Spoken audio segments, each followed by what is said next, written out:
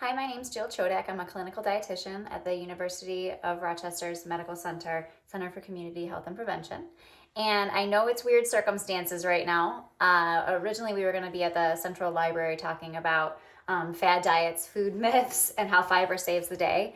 But with COVID around, we're kind of avoiding social gatherings and we're trying to do this via telehealth so that you can still take advantage of this. Maybe you're reflecting on your diet now or you're thinking about other things because you have the time. So we thought we'd bring it to you virtually so that you could enjoy it and kind of go from there. So I hope this finds you well and that it offers a little glimpse into what fad diets mean and how you might reshape your diet long term to promote health and longevity without having to give up things that you kind of really love. Okay?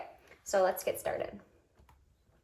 So what are fad diets? Fad diets are eating patterns that have become trendy or popular.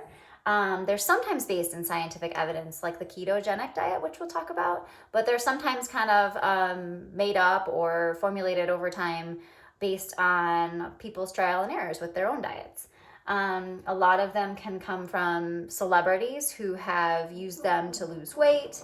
But when we speak about fad diets, at least here, that's what I'm thinking of, is the trendy, different things that people might follow that have a name that you might recognize. So the notable fad diets, I'm sure you guys have heard these before. Ketogenic, paleo diet, intermittent fasting, and juice cleanses. So I'm not going to hate on any one diet. That's not where I live. There's no judgment if you followed these, but rather I offer some insights to what food myths, things that are not facts, that these might contribute to that could harm your health and how we can kind of reshape them so that you can promote your overall health and longevity. So let's start with the ketogenic diet. So the myth that it tends to promote that I see clinically is that carbohydrates are bad. And in fact, they're not. And so that is a myth because carbohydrates are needed for our brain. The brain relies solely on glucose for fuel.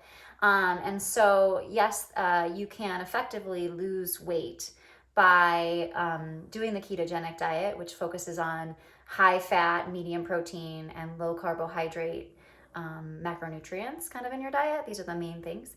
But it's at a cost. And so this is used clinically to treat people who have seizure disorders like epilepsy. But typically, if in the general population, it's not advocated for just because there might be other clinical things that are going on that you'd want to avoid. So for example, having a high fat diet might contribute to increasing your bad cholesterol, or it might contribute to weight gain if it's not done properly, if you don't know kind of how to balance these nutrients out. And to kind of give you an idea of what we mean by low carb diet with the ketogenic diet, a standard diet with the normal carbohydrate range, which is between 45 and 65% of your daily calories, that might be about 120 to 180 grams of carbohydrate per day. When you're doing a typical ketogenic diet, it's only about 20 grams.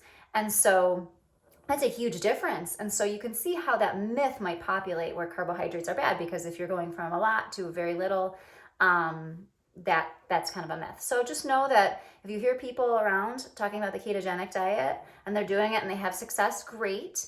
I would suggest they see a dietitian and kind of a clinical team to manage their overall health just in case. But I just wanted to dispel the rumor that carbohydrates are bad, because in fact we do need them for our brain to function. And so kind of finding that harmony with those good carbs, the fiber, which we'll talk about in a little bit, is really important here. So carbs are not bad. Paleo can also teach people that carbs are bad. And again, as I said, they're not. So paleo diet generally minimizes the starchy vegetables and the grains. We find that this is pretty useful for our PCOS patients or our patients who have autoimmune disease, because sometimes the proteins in these types of foods are a bit harder to digest for these folks. And so avoiding those starchy things tends to make them feel better. We're still looking for the science on this, but again, it could present people with a myth that carbs are bad. And as I said before, they're not bad. It's just kind of finding which ones might work for you and kind of promote health over a long term. Okay, intermittent fasting. This is a big one right now. A lot of people are merging it with ketogenic diet, and I'll tell you that the research that's being conducted right now, it's just intermittent fasting. So if you're looking for what the research is telling us are the benefits from intermittent fasting and you're combining it with keto, we don't know what type of benefit or cost might arise if you're combining it with other things that are not being studied. So I would say intermittent fasting, as we know it, is an 8 or 12 hour eating block, a chunk of time during the day that you're eating 3 meals, and those are Mediterranean style meals. So rich in nuts, legumes, fish, fiber, things like that, and you're eating 3 times during that meal spacing. And the thought is that it will help with insulin resistance, that it will kind of help to reset your hormones and whatnot. We're still looking for the research on it, but that's kind of the general goal. And so what is happening is that the myth that this fad diet is creating is that eating less is healthier. And in fact, that may or may not be the case. So I'm seeing a lot of folks who are trying to lose weight, get their diabetes under control, all these things.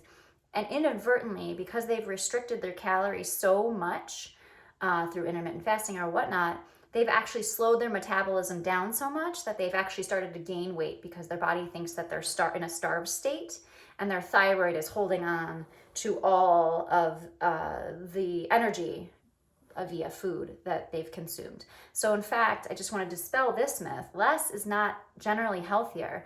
It's kind of, we want to get the right amount of food, the right types of food,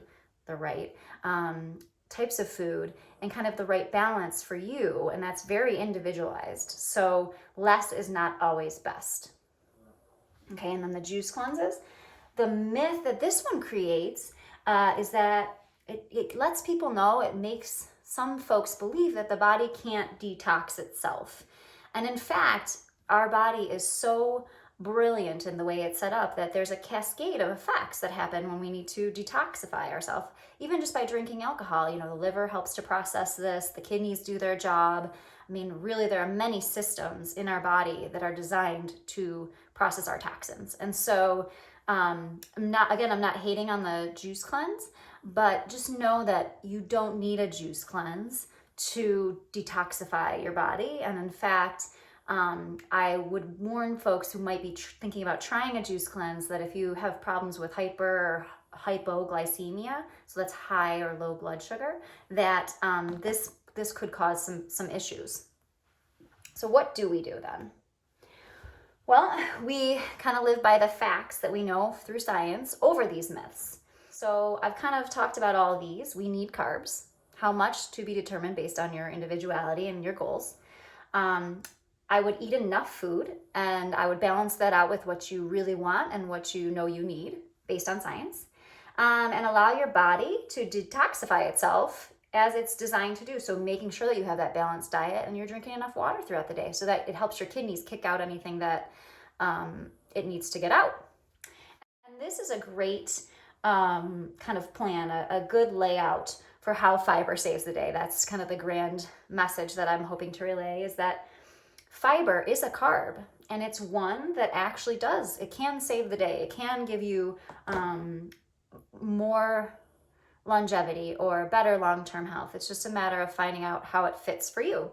And so this is from the American Diabetes Association. I love this particular placemat because it helps you kind of balance out your plate based on what you might be thinking for dinner or lunch. So this could be a 3-time-a-day thing. So it's half your plate is non-starchy vegetables, and these are kind of over here. So your cucumbers, your green beans, your onions, your carrots, radishes, tomatoes, anything.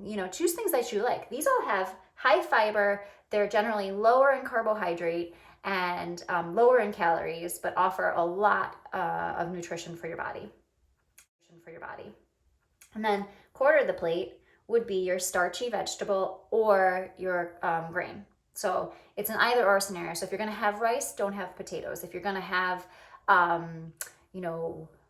quinoa, then don't have sweet potatoes. You know, it's just kind of a swap here. It helps you to get that in there without having too much and while being mindful of keeping the balance. And then note that a quarter of your plate is protein, a lean protein. So this would be about a 3 to 4 ounce serving of a lean protein like chicken or salmon or whatever you're having there. And so again, by keeping your meat portion, if you eat meat, in that quarter plate, it allows you to balance the other two things. Because if one of these becomes off balance, then you minimize the other. So it really is about keeping this balance. Some things are a little bit difficult to keep in balance. So like for breakfast, my breakfast never kind of looks like this. But what I'll do is if I can't get veggies on my plate for breakfast, what I'll do is then have these for a snack after breakfast, maybe an hour or two, just to kind of make sure that I'm capturing all the nutrition and fiber that comes with that portion. Okay, more about fiber, why it's so special. So research shows that it promotes beneficial gut bacteria. We're talking a lot about that. And that makes for a healthy digestive tract. It helps us fight off the bad bacteria. It helps us, we're now finding that it promotes positive mental health, which is very important these days. It also helps to keep you regular with moving your bowels. It kind of is a scrub brush for the colon, so to speak. It can help lower your cholesterol, your LDL cholesterol, that bad cholesterol. It can help lower that because we're finding that some fiber particles can actually bind with that LDL to take it right out of your system. It doesn't even get absorbed. It also is naturally, so fiber is found in all plant foods. So when I say fiber, I don't mean eat a salad every day, although if you like salads every day, eat them. Rather, it's any fruits, vegetables, grains, nuts, seeds. Anything that came from a plant is going to have fiber. Anything that came from an animal is not going to, unless they add it. So a good example would be yogurt. Doesn't have fiber, but if they add blueberries to the yogurt, it might.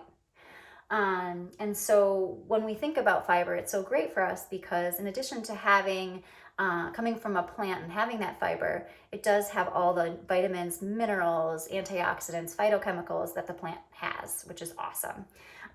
So to give you kind of an idea, 1 cup of black beans has 15 grams of fiber. You need about 25 to 30 grams per day. So you have 1 cup of beans over the span of a day, you're halfway to your fiber goal, and that's really awesome. And again, that's 25 to 30 grams per day. 1 cup of raspberries has 8 grams of fiber, and half a cup of dry oatmeal has 4 grams of fiber. So what I do is I try, and I get 8 grams per meal if I'm having 3 meals. That's kind of my goal. It helps me to kind of meet little checkpoints versus climb a mountain of fiber. And really, again, think about what plants you like to eat and then kind of problem solve it like you would at work.